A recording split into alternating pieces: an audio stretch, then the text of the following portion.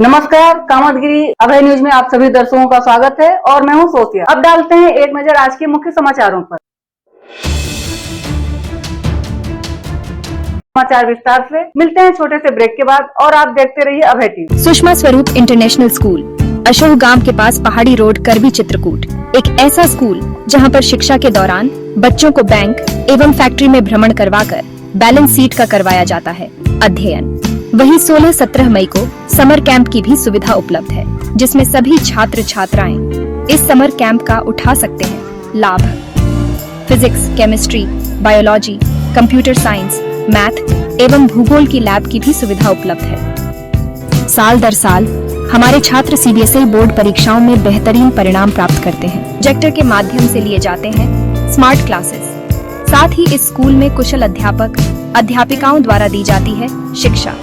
साथ ही योग और मार्शल आर्ट जैसी गतिविधियों के माध्यम से किया जाता है छात्रों का सर्वांगीण विकास। यदि आप सभी का सपना है अपने बच्चों को नीट, जेई एवं क्लैट जैसी परीक्षाओं में सफलता दिलाने के लिए, तो आइए हमारे स्कूल में प्रवेश कराइए।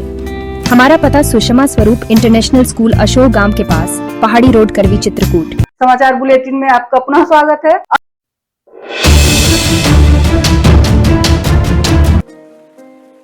22 अप्रैल 2025 को हिमालय में बसा खूबसूरत शहर पहलगाम की शांति एक भयानक आतंकी हमले से टूट गई।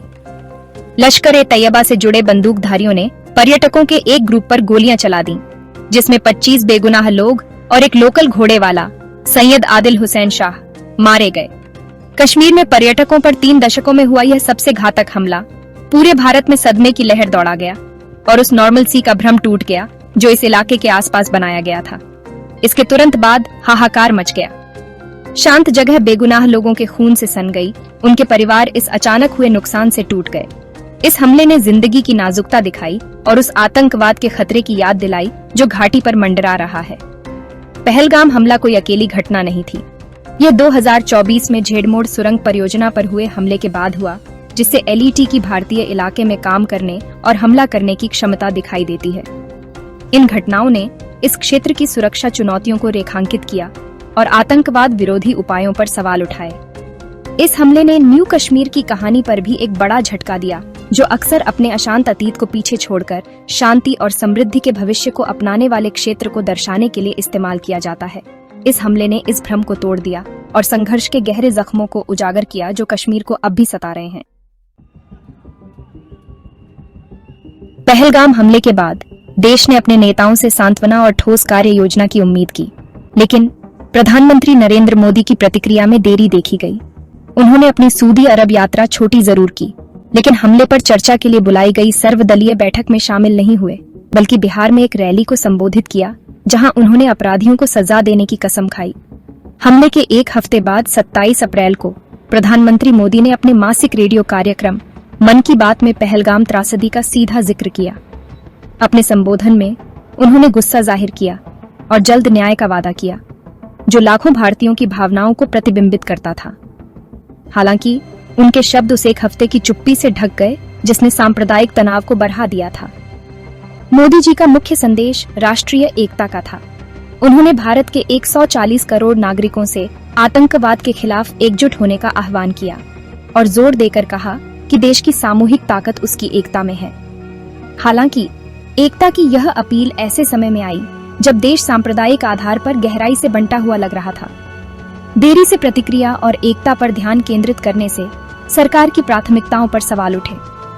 आलोचकों ने तर्क दिया कि एकता पर जोर सरकार की सुरक्षा विफलताओं और देश में बढ़ते सांप्रदायिकता से ध्यान हटाने का एक छुपा हुआ प्रयास लग रहा था। पहलगाम हमले ने पूरे भारत में दुख और गुस्से की लहर दौड़ा दी। सभी तबकों के लोगों ने इस जघन्य कृत्य की निंदा की। पीड़ितों और उनके परिवारों के साथ एकजुटता व्यक्त की। मोमबत्ती जुलूस निकाले गए और सोशल मीडिया संवेदना और न्याय की मांग वाले संदेशों से भर गया। अखबारों और टेलीविजन चैनलों ने हमले और उसके बाद की घटनाओं को विस्तार से कवर किया। यह घटना राष्ट्रीय बातचीत का विषय बन गई, जिसमें नागरिक सुरक्षा चूक, आतंकवाद को बढ़ावा देने में पाकिस्तान की भूमिका और कड़ी प्रतिक्रिया की जरूरत पर बहस कर रहे थे। हालांकि सामूहिक दुख और आक्रोश के बीच सांप्रदायिक तनाव की परेशान करने वाली अंतर्धाराएं भी थीं। इस हमले ने दक्षिणपंथी समूहों को अपने विभाजनकारी एजेंडे को आगे बढ़ाने का मौका दिया और मुस्लिम समुदाय के खिलाफ नफरत और हिंसा भड़काने के लिए इस त्रासदी का इस्तेमाल किया। पहलगाम हमले ने जहां बेगुनाह लोगों की जिंदगी की कमजोरी दिखाई, वहीं इसने कश्मीरी लोगों के असाधारण साहस और लचीलेपन को भी उजागर किया। अकल्पनीय आतंक के सामने मारे गए घोड़े वाले सैयद आदिल हुसैन शाह सहित कई कश्मीरी मुसलमानों ने उल्लेखनीय बहादुरी दिखाई और अपने साथी नागरिकों को बचाने के लिए अपनी जान जोखिम में डाल दी।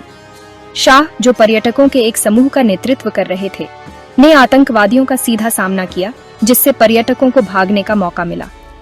उनकी निस्वार्थ बहादुरी, जिसकी कीमत उन्हें अपनी जान देकर चुकानी पड़ी, कश्मीरी लचीलेपन और मानवता की भावना का प्रतीक बन गई, जिसने धार्मिक और राजनीतिक विभाजनों को पार कर लिया। स्थानीय ग्रामीणों ने भी हमले के बाद घायलों को तत्काल सहायता प्रदान करने और बचाव कार्यों में सहायता करके महत्वपूर्ण भूमिका निभाई। उनके कार्यों ने आतंकवादियों की क्रूरता के बिल्कुल विपरीत उस अंतर्निहित अच्छाई को उजागर किया जो सबसे अंधेरे समय में भी बनी रही। आखिर में डालते हैं एक नजर आज के मुख्य समाचारों पर। अब हमें इजाजत दीजिए, अगले समय हम फिर हाजिर होंगे पुनः कुछ खास खबरों के साथ। नमस्कार और आप देखते रहिए अभय टीवी।